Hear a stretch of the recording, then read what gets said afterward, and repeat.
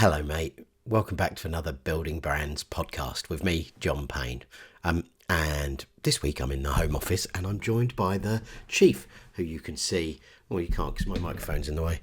Nearly see the Chief parked on the floor of my home office. He's a greyhound whippet collie cross. Oh, you might have heard me talk about him. He might try and make an appearance in a minute. Anyway, he and I are in here hiding from the sun on another beautiful May day. And this week we are talking to, well, not me and the Chief, but me and you are talking to the wonderful Jaye Cowle. She is the founder and CEO of the performance marketing agency Launch. I've known Jaye for ages. We're really good friends. And a bit like the last episode where I got Joyanne on because, you know, this is my first go at podcasting properly. I figured we need to... I needed some people who I love in the room. And Joyanne and Jaye are those kinds of people. What about Jaye? Well, on her LinkedIn, which is where we get our info, she describes herself as a performance marketing leader, a B Corp agency founder building the happy agency by empowering brilliant humans. She's powered by happiness. She kind of is, actually. I know that from personal experience. At an event with her that she's hosting, where she's beaming at everybody and being amazingly engaging and switched on, and then you go for a pint with her afterwards and you think, oh, she's probably going to calm down in a minute. No, she's on 100% of the time. I suspect she must have a dark room in her house where she just plugs in and charges up. Anyway, let me tell you, well, before I tell you about Launch, I'm going to tell you, just because this is now my new favourite thing, that Jaye and I on LinkedIn have 376 mutual connections, which is a little bit more than Joy. Currently, Jaye is the leader in our little short conversation. In our little short competition, excuse me. Let me just look at and tell you what she says about Launch, which she founded just over 13 years ago. Current time is May 2025. She describes Launch as the happy performance agency. They offer paid media, data insight and conversion optimization services, CRO, and they help their clients take their marketing to the next level with fresh thinking and a transparent strategic approach. Well, there you go. That's all you need to know about Jaye. We talk about what it's like running an agency like that, how you can empower yourself and your staff and your customers to do better stuff. So that's enough from me. I'll see you halfway through and at the end. But for now, let's get to it.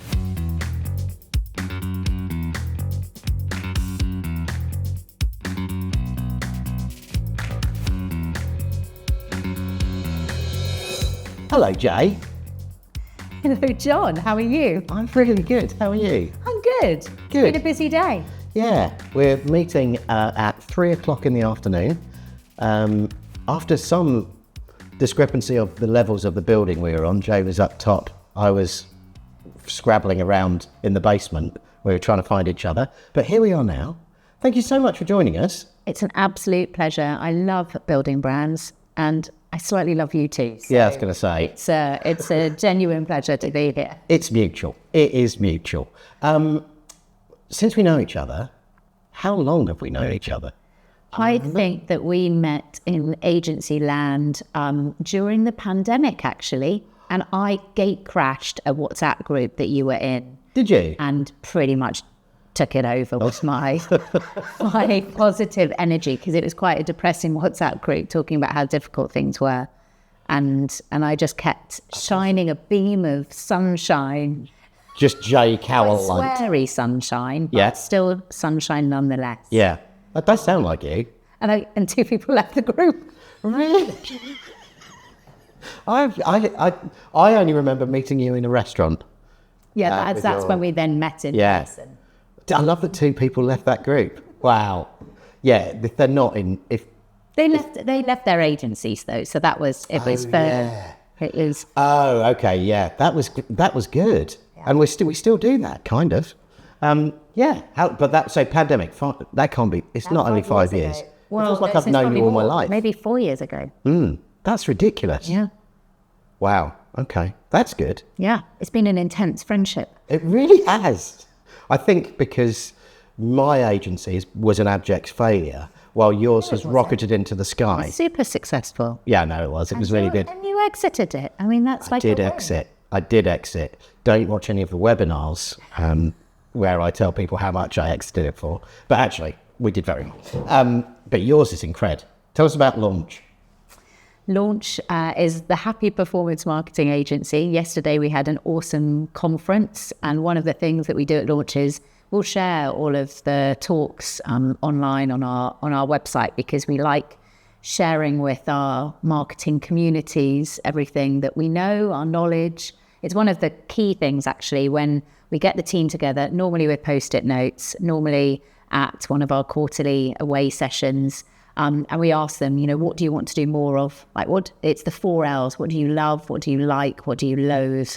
What do you long for? Something like that. I think those are the 4 L's. Okay. And it's it's a chance for people to be able to contribute to the growth of the agency. And one of the things they say is that they want to empower more people to know what we do and to give them knowledge and expertise. And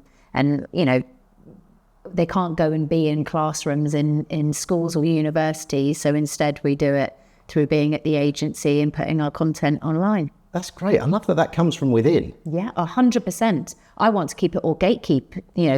I don't want to tell anyone. Yeah. That's great. I love that.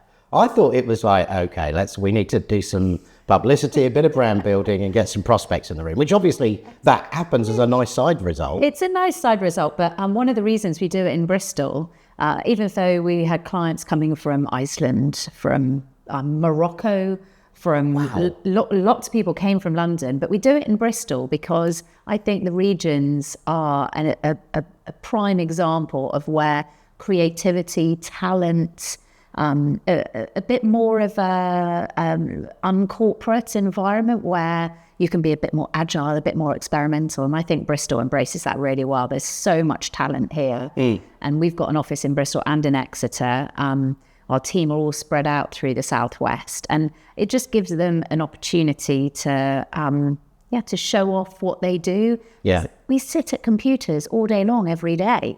Yeah, and they get to stand on stages and tell people what we do and share that knowledge, and it's really good. Yeah, I was lucky enough to be there because you got Building Brands as a partner, sponsor. Something. Yeah, you were a sponsor. And we actually, lots of people did talk to me about tickets, which was nice. But I was just not blown away by your team's expertise, how far on it's gone beyond everything I know about. And I'm a conceited old white guy, so I think I know everything. And this was really impressive.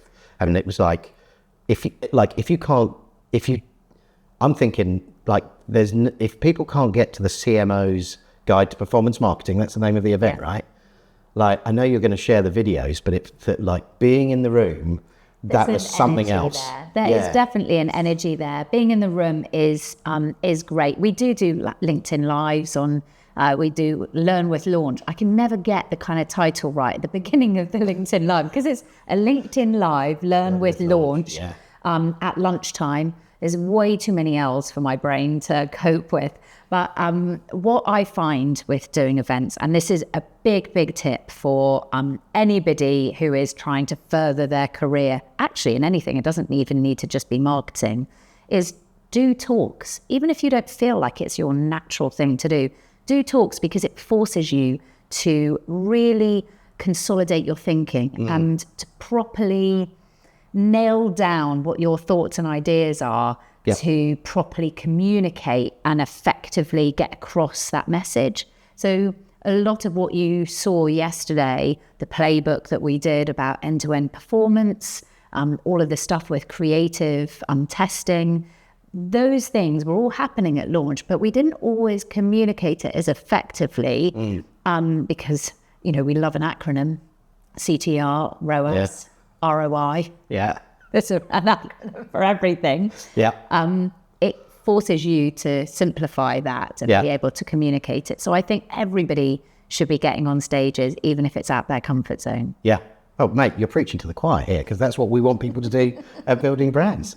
If you are thinking about doing a talk or would like to challenge yourself, then do make sure you come up to Dave, Chris, Moret or I and tell us, because we'll coach you on it and we'll get you on in the morning, as long as you've got something good to say.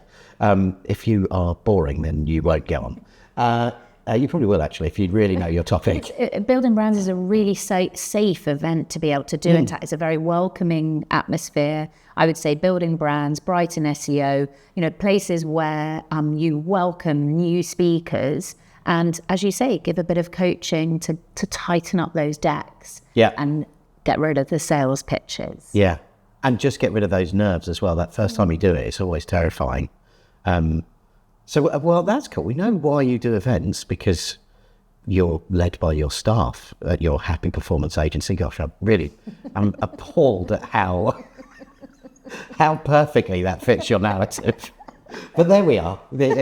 You're genuine, and as much as it disgusts me, I'm delighted.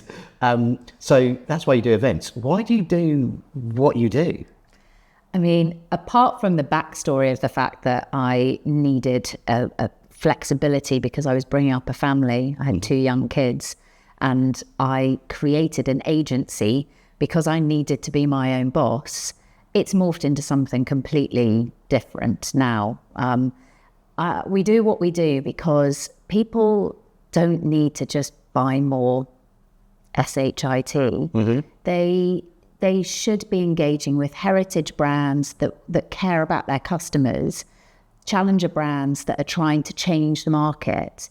And if we can help those clients be able to reach their audiences more effectively, get new customers, retain them, create loyal followers, then to me, that's work worth doing. And if we can rent our brains to those brilliant brands, that's why I created the agency. So that combination of work-life balance, realizing that we're in work a lot. If you don't enjoy your work, that's a pretty grim place to be. Yeah. So you've got to create that environment where it's fun work, where you're doing impactful work, but also helping companies. That's why we're a B Corp. Yeah. We're doing great things in the world and need that bit of help finding new customers. Yeah. They just rent our brains. Yeah. Which are admirable brains. So again, I'm just still a little bit in awe of what went on yesterday. It was so good.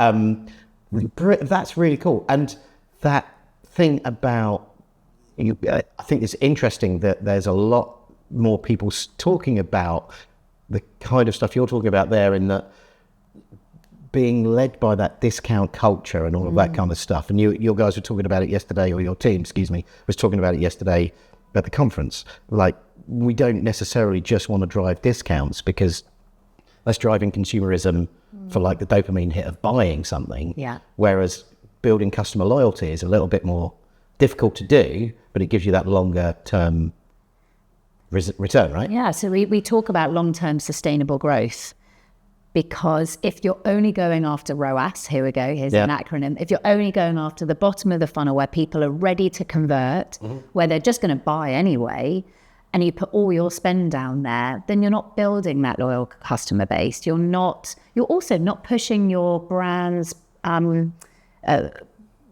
identity online further. Where's the brand story? And you're all in a race to the bottom, kind of, right? If it's buy yoga mats, which yoga mat are you going to buy? If it's buy a Lifeform mat because part of the money goes to a charity, or it's beautiful bright yellow and it's over £100, but my God, every time I get onto that bright yellow rainbow coloured Lifeform yoga mat, I feel like it's part of my story now. Yeah. And so working with brands like that, it just means that my team get to do their best work, rather than just be a PPC agency that sells stuff that people don't really need. Yeah. We're kind of talking slightly, we're already getting into it. How is it that you, as Jaye Cowle and the founder and What's your job title? Oh, I'm now CEO because I employed a managing director, Paul Bentley, who's awesome. But it means that because I'm the founder, I have paid for a promotion, basically. I've paid an extortionate amount of money to be promoted to CEO. Yeah. But, you know, it's working. Yeah. So. I'm looking in her eyes, dear listener, and they are, you know, there's almost some genuine sentiment there. No, from what I can see yesterday, it does feel like it's Wow. allowed you to be a bit more. This segue is like, we are literally on point, because if you want to know what we do differently, I employ people who are better than me. Nice. That is literally my rule. What is the point of going out and selling Coca-Cola if you then deliver Panda Cola? Yeah. You can't do that. If I go out and stand on a stage and say, Launch will deliver you long-term sustainable growth, we will do it with efficiency and effectiveness, hire us, and then I've got a bunch of people behind the scenes who don't really know what they're doing or aren't really pushing the boundaries of what excellent is, then that's, and I'm afraid that's why agencies get a very bad reputation, because that's one of the biggest complaints. Oh, I was just handed on to some junior staff. Yeah. Well, I employ people who are better than me. I employed a managing director because I needed to not be managing director anymore. I needed a better person. I needed somebody better than me. Yeah, at that specific job. I don't think he's a better human being. I mean, I need to get to know him for a few years, maybe. But, you know, it's, if you don't enjoy the team that you work with, if you aren't finding people who are excellent at what they do and finding, you know, gaps in what skill sets you need more of, then I just don't see the point. You could probably get AI to do it now. Yeah, because you're training it, aren't you? Yeah. It's so easy to say and so hard to actually execute in real life. Oh, by the way, I've got it wrong sometimes. Oh, have you? One person lasted 4 days. But that is good, better than 6 months. And you're thinking for 5 months and 28 days, oh my goodness, what are we going to do here? Yeah, of course you're going to get it wrong. That's good. So, but maybe we come back to that. But I think I've met loads of people who say I employ people better than me, and then you realise that they haven't in areas of seniority. Yeah. And then the fish rots from the head. They're frightened. They're, you know, I've got to say, like, there are things that Paul is coming in and doing that I'm like, yes, I absolutely knew we needed to do that, but I just didn't know how to do it. Now, a certain person could feel, oh, that makes me not as good. Well, yeah, it does. But I've employed someone who is better. So then collectively we grow, and then I can lean in to what I do better. Yeah. I think this is tip number 2. Oh, yeah. I think that the most powerful question is asking people for feedback. Well, how could I have done this better? So many people that are in work don't ever ask for meaningful feedback. Yeah. Paul, all my senior team, all ask for meaningful feedback and ask, you know, did that land right with you? Or how, you know, what's your perception of how this is going? You know, it's asking to be able to have a difficult conversation. Yeah. I wasn't sure if that did land, or I like this, but I wasn't sure about that. Can you explain more? The surface level one-to-ones that go on, where you might find out about the person's cat, but you don't actually find out about what they really think or what's holding them back. Yeah. So that, by the way, I also struggle with that. So I'm not perfect at it, but I can. That's a tip. It's a tip that people need to do it. Yeah. I don't always do it because sometimes I don't want the feedback because we are all human beings. Yeah, and you're carrying quite a load. Hopefully now that's been separated out a little bit, so you're not carrying quite such a big load. So circular, and we're talking about with people that I would be, if I was a manager, I'd be talking about people who I manage as well as my superiors or senior people in the business. Yeah, well, maybe that's tip number 3: manage upwards as well as manage downwards. Yeah. It's very, very important that you are able to effectively communicate. And if AI is teaching us anything, it's that we should be doubling down on what the skills are that human beings do. And that is effective communication. If you can't get your point across, it doesn't matter how clever you are, it doesn't matter how good the work is that you're doing. If you can't communicate that effectively, then it's not going to have an impact. It's not going to have it's not going to land. Yeah. It also kind of speaks to the emotional maturity of the people you hire, right? So if I was starting an agency again, God forbid, that would require me to manage people almost as effectively as you have, and I just can't do that. But if I was doing that, or if I was someone thinking of starting out on my own, actually, and certainly it's something we were very lucky to do at Noisy Little Monkey, because I had Tash and Nicola. Oh God, that's the wrong order. I'll edit that so that I put my wife first and not my work wife first. But both of those people were like really steady emotional heads, and they were unlike me, and also unlike me, they were able to take that criticism really well, which is something I've always struggled with. But when you talk about that at launch, that, you know, the nice thing about employing those emotionally mature people is they also understand how the world works, and that sometimes, or hopefully they understand how the world works. Sometimes it isn't all, because you're the happy performance agency, right? Sometimes it's not all roses and unicorns, right? I mean, in our world, you know, I call what we do basically gambling, and some of your bets don't pay off. Right. And that's your client's money. And if it's not getting a return on investment, or if it hasn't landed and isn't getting whatever metrics we've, you know, and that does happen because also consumers are unpredictable. Yeah. And so are governments, you know, there's too many things. There's too many things that are outside of our control. Yeah. Even just the weather. If we launch a campaign for sun lotion and it's a heat wave, it's going to do better than if it rains for 2 weeks. So there are things outside of our control. And competitors spend at the same time with something that's almost exactly what you did. And you're like, of course we're going to lose. Exactly. And the point is that to create a high-performing team, they have to be able to have difficult conversations. They have to be able to take feedback. They have to be able to have emotionally intelligent conversations with their clients. We employ people, so, you know, from their early 20s onwards, and they're not going to come as the full package. So Mike does an amazing job of developing our career path framework, our appraisal system. Our appraisal system is going through another relaunch at the moment because we're bringing more in our brand values. Happy to play, that's the fun side. Happy to create impact, happy to grow, and happy to own it. The happy to own it is really important. If you do make a mistake, you've got to put your hand up and say, this has happened. Yeah. These are the solutions that I found.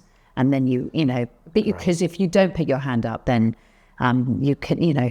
You ain't going to be happy very long. If you don't put your hand up with Google Ads, you're going to be found out. Yeah. You're going to be found out. And lots of people work in a culture of fear, of worry. That means that they don't do the harder things. They don't experiment, or they don't try things because they don't have that basis of psychological safety and trust with the client. But people aren't the full package when they join.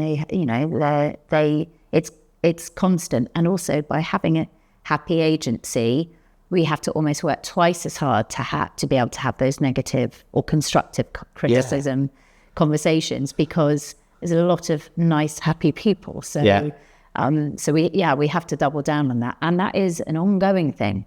Where there is no utopia. Like, you don't come into launch and it's like a utopia vision of a company carried in by cherubs who float you to a desk. What we do understand is what the utopian vision looks like. Yeah.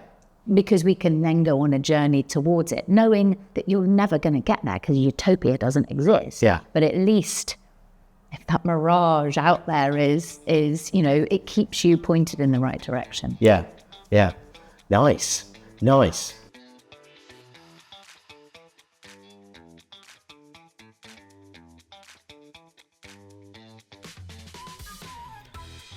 This podcast is brought to you by... Insert your company name here. We don't have a sponsor yet. If you think it could be you, then get in touch. My details are in the description. If you happen to know anybody who you would like to have featured as a guest on this podcast, comment below, let me know their name. Be really useful if you give me their LinkedIn URL. I'll reach out, I'll get in touch, we'll get them on the pod. Great idea. Since we don't have a sponsor, I'm going to tell you very briefly about a wonderful yet filthy and disgusting podcast called The 5 Star Pod.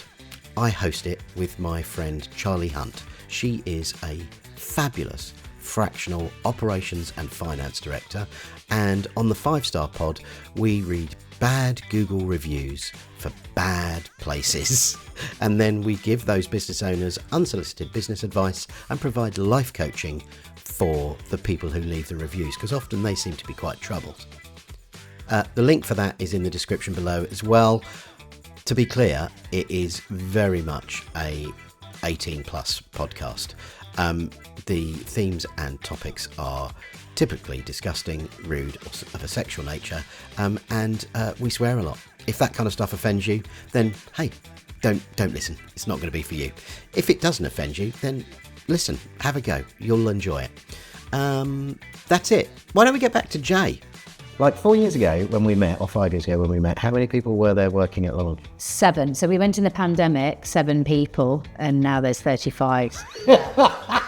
But it's so funny because for a Southwest independent agency, that's quite a big growth. You know, you speak to some companies and they go from, you know, like startups go from 0 to 150 in 2 weeks. Yeah. And then back down to 50 again when the funding I was going to say. gets pulled. But they often talk about runways a lot more than you do. yeah, I think the main thing is that we've grown profitably because we're not into the vanity numbers. Like, I don't care whether it's 35 people or 50 people. What I care about is the bottom line, because if you get the 3 bad client calls or the 15 bad client calls in a recession, Yeah. if you can't weather that storm, then lots of the work that you do gets undone very quickly. Yeah. And we saw that in the pandemic. Mm-hmm. We saw that with lots of people being furloughed, people not being communicated to well because their leadership teams were in a fearful state and they didn't have that bottom line that could weather the storm. Yeah. We approach things slightly differently. I think it's because I'm perhaps more cautious. You could say maybe that's more of a female characteristic. I don't know. I don't think it matters what gender it is. I think that if you are a leader that keeps a very close eye on the bottom line, it makes you a better leader because you can weather the bad storms. Yeah. Yeah. Nice. So what would you go back and tell young Jay? You know, remember that poor innocent young lady from 4 years ago? I would say look up. Oh. So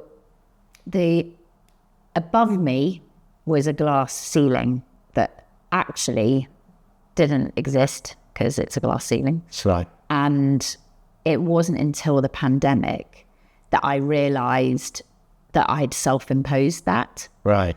I mean, some of it is also society's construct. And, Yeah. You know, I'm not going to say it, but But a lot of it is.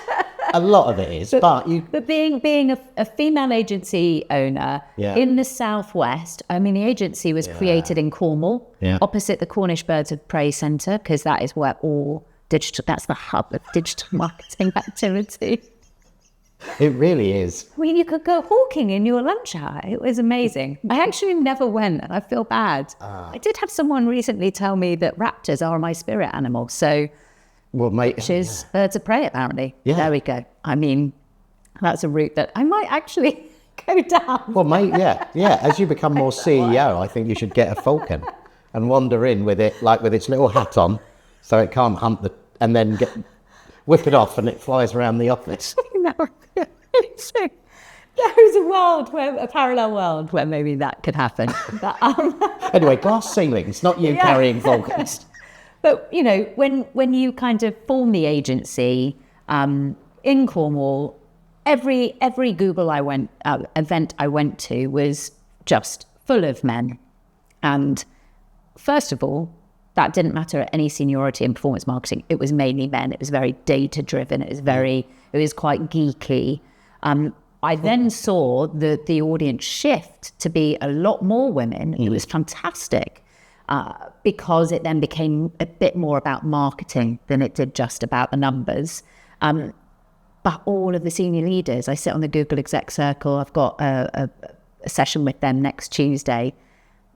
The women in the room are few and far between. They're mainly Googlers. Oh, wow. And not the agency founders or the agency. There are more now than when I first started doing it.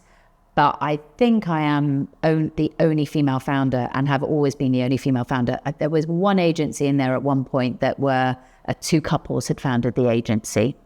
But yeah, it's few and far between. So the glass ceiling was there in my head, but it also did kind of exist. Yeah. Because most of the people were winning clients. Most of the agency owners were winning clients from network agencies they'd worked at before, and they were just pulling in Nike on a project, putting it on their website, and then winning loads of other, or they were going on ski trips, all male ski trips, e-commerce. I think there was like an e-commerce one. Yeah, it's gross, isn't all it? of the business was done on the ski lift. Yeah. Now, I wouldn't have minded an invite to that, but I wasn't in those rooms, and there were lots of rooms that I wasn't in. I do think things have changed, and so why I say the pandemic changed that, and why I say look up as my note to my my younger self, is that the pandemic leveled the playing field a lot. Suddenly, I could do business with people all over the world from my front room near Tiverton in Devon. With my Peloton beside me. Yes, I remember. I had a Peloton sticker. It was a great talking point. It really was. Yeah, my hashtag or my Peloton name is always smiling. Which is, I mean, true. You'll die with that rictus grimace splashed across your back. Have you seen the new trend of putting railway tickets the other way round as your smile, and it's got the black line with the two white? It's amazing. I've got to get off TikTok, sorry. Yeah. we both have. It's trouble. But yeah, it's look up. If I think there are a lot of people in their careers who get frustrated with their progress, and actually they've got to work out what self-limiting beliefs they have. Yeah. And what they need to do to step into the right rooms. There was an interesting moment yesterday at the end of the conference. We did some networking, and it was interesting. There was one person that stayed behind to be able to chat to me and Molly. And, it's moments like that. It's the moments that happen in the, outside of the events, and anyone can be there then. If you're already at the event, if you hang around a little bit longer and ask a few more questions, it's amazing what doors can open. Yeah. And so, yes, your company should do learning and development. Yes, there's lots of things that should be in place for you, but you also need to work out when to lean in and create opportunity rather than wait for it to be given to you. And look up. You're seeing what's beyond the glass ceiling, or seeing that you can smash it? Seeing that you can smash it, and that we spend all of our time in the weeds, just, answering emails and being a slave to what we think we should do. Yeah. If you look up, you'll see mountains, you'll work out what's the bigger picture here? What else is out there? Because a majority of our effort in the weeds isn't ever going to progress us. And I love feeling like I'm achieving stuff in the weeds, and that doesn't move the dial. So look up. I love that. I think that's a really good place to end. Jaye Cowle, thank you so much for joining us and giving us so much good advice. Where can people find you online? So I love LinkedIn. Definitely connect with me on LinkedIn. It's almost a sickness in your case. It is. I think I might have spammed the whole internet yesterday with the event. But yeah, find me on LinkedIn, Jaye Cowle, and launches at Launch Online UK. Yeah, lovely. Thank you for joining us. Pleasure, John. Look up. What a great way to end the pod with Jaye. Thanks ever so much to Jaye for coming on. There is a link to her LinkedIn and to her website in the description. Please pop in the comments if you've got any questions or if anything particularly resonated with you. I'd love to read what you've got to say about what Jaye had to say. And as I say, if you know someone that you think should be on the pod, pop their name in the comments. It'd be great if you could give me their LinkedIn profile too, and I'll reach out and we'll get them on. I'm really excited about the next 3 or 4 episodes we've got coming up. I've got 3 or 4 more recorded and in the bag, ready to roll. I just need to get them edited and get them live. They'll probably go out once every couple of weeks, about the same time as the Building Brands newsletter, to which you should subscribe. And talking of subscriptions, why don't you go ahead and click subscribe on whatever you're listening or watching on. YouTube and Spotify subscriptions mean so much to us, and they're absolutely free for you to do. So please subscribe if you enjoyed, and we look forward to seeing you at the next one. Bye.